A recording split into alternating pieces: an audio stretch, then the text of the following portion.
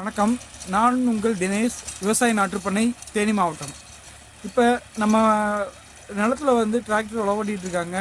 Actually இது வந்து ரொட்டேட்டர்னு சொல்லுவோம். நம்ம பெரிய கலப்பை வச்சு உழவு ஓட்டியாச்சு, 5 கலப்பை வச்சு உழவு ஓட்டியாச்சு. இப்போ ரொட்டேட்டர் வச்சு நிலத்தை வந்து சமப்படுத்திட்டு இருக்காங்க. அடுத்து இந்த இடத்துல வந்து நாங்கள் தக்காளி நடலான்னு சொல்லி பிளான் பண்ணியிருக்கோம். இனியும் வந்து தக்காளி சீசன், வெயில் காலம் வர்றதுனால தக்காளி சீசனில் ஒரு அளவுக்கு நமக்கு ரேட் கிடைக்கும். அப்படிங்கிறதுனால நாங்கள் தக்காளி நடலான்னு சொல்லி முடிவு பண்ணியிருக்கோம். இப்போ அதுக்கு தான் இப்போ நிலத்தை வந்து நாங்கள் சமப்படுத்திட்டு இருக்கோம் ரொட்டேட்டர் வச்சு.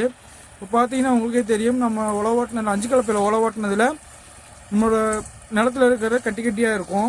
மண் வந்து எல்லாமே கட்டி கட்டியாக இருக்கும். அது இந்த பார்க்குறீங்க, இந்த மாதிரி கட்டி கட்டியாக இருக்கும். இதை வந்து நம்ம இந்த மாதிரி ரொட்டேட்டர் வச்சு அடிக்கிறப்ப நிலம் வந்து சமமாயிரும். மேலே இருக்கிற நிலத்தை பார்த்தீங்கன்னாலே உங்களுக்கு தெரியும். மேலே வந்து இப்போ உழவு ஓட்டி முடிச்சிருக்காங்க. அந்த லேண்டு வந்து சமமாயிருச்சு. இப்போ கீழே இருக்கிற லேண்டை உழவு ஓட்டிகிட்டு இருக்காங்க. இங்கே எப்பயுமே உழவு ஓட்டுறப்ப இந்த மாதிரி கொக்கு எல்லாமே அந்த மண் வாசனைக்காக எங்கே இருந்தாலும் வந்துடும். நார்மல் டேஸில் இந்த கொக்குகளை நீங்கள் பார்க்கவே முடியாது இந்த ஏரியாவில். ஆனால் என்னைக்கு உழவு ஓட்டினாலும், எந்த இடத்துல உழவு ஓட்டினாலும் இந்த கொக்குகள் எப்படி வரும்னு தெரியல. அந்த மண் வாசனைக்கு கண்டுபிடிச்சி இந்த கொக்குகள்லாம் வந்துடுது.